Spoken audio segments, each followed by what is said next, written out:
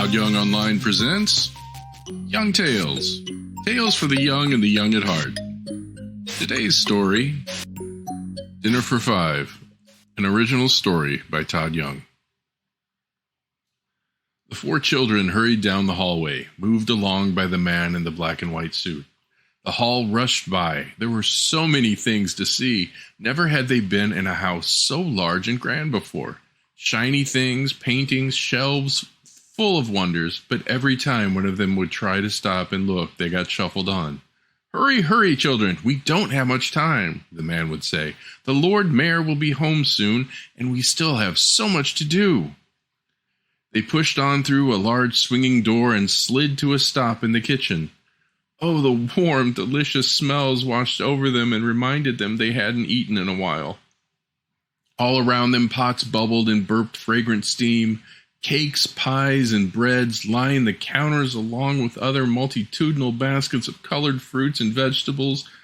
Tiny tummies growled and mouths watered. A large man in a white puffy hat and apron turned and looked at them. "What's this, then?" he inquired, glancing up at the man in the black and white suit. "Cleaned and dressed for supper," he said.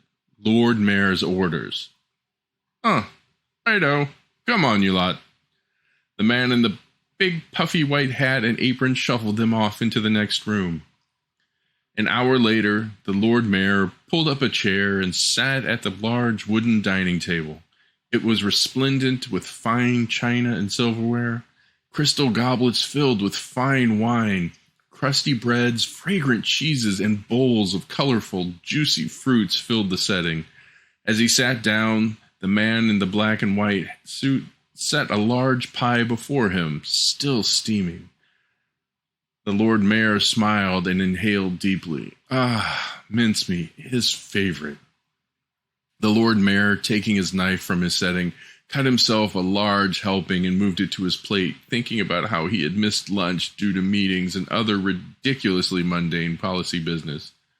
Utensil in hand, he let the matters of the day melt away as a forkful of flavor passed his lips and exploded into his mouth. Oh, the spices and perfectly roasted meats danced on his tongue before sliding down his throat, causing a warmth to kindle the fires of goodwill inside of him and restore his faith in humanity. 2 more savory bites, and he felt like himself again. Setting down his fork for a moment, he lifted the glass to his lips, his nose catching a slight whiff of the red wine, red currants, and a hint of allspice, if he wasn't mistaken. He had one of the finest collections in the county, and very proud of it. He sat back in his chair and let the combination of sweet and tart wash the savory away. He thought about staying home tomorrow, taking the day off, and just enjoying himself for once. "Oh, Bernard!" His mind shifted back to the present.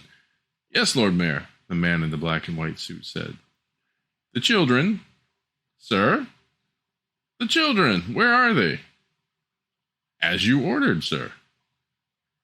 Taste buds beckoned and another heaping forkful of pie made its way into his mouth. He really must remember to tell Chef that he'd outdone himself tonight. "Only," Bernard went on. "Yes?" The Lord Mayor had really drifted off, and he was only partially paying attention to what was being said. Instead, he wondered if he would have enough of this left over to have tomorrow, and if not, he would have to ask Chef to maybe make another one for supper tomorrow. "Well, sir, after they were cleaned and dressed, there wasn't much of them left, so we weren't sure what to do with them, and..." "And?" "Well, the pie, sir." "The pie?" The Lord Mayor stopped mid-bite, setting his fork down, and eyed Bernard sternly. Bernard, this afternoon, when I put the children in your charge, what did I say?" "Sir, you told me to get the children cleaned and dressed for supper." "Yes." "And what did you do?" "Well, sir, I gave them to Chef. He actually cleaned and dressed them." "Bernard, they were our guests for supper?" "Oh? Yes." Terribly sorry, sir. My mistake completely." Lord Mayor sat and stared at the pie for a moment and sighed, looking back at Bernard, shaking his head in disbelief. Well, can't be helped now. Cut me another slice and don't let it happen again. The end. Young Tales is produced and narrated by Todd Young from Todd Young Online. If you enjoyed this, please like and subscribe and join us next time for another story.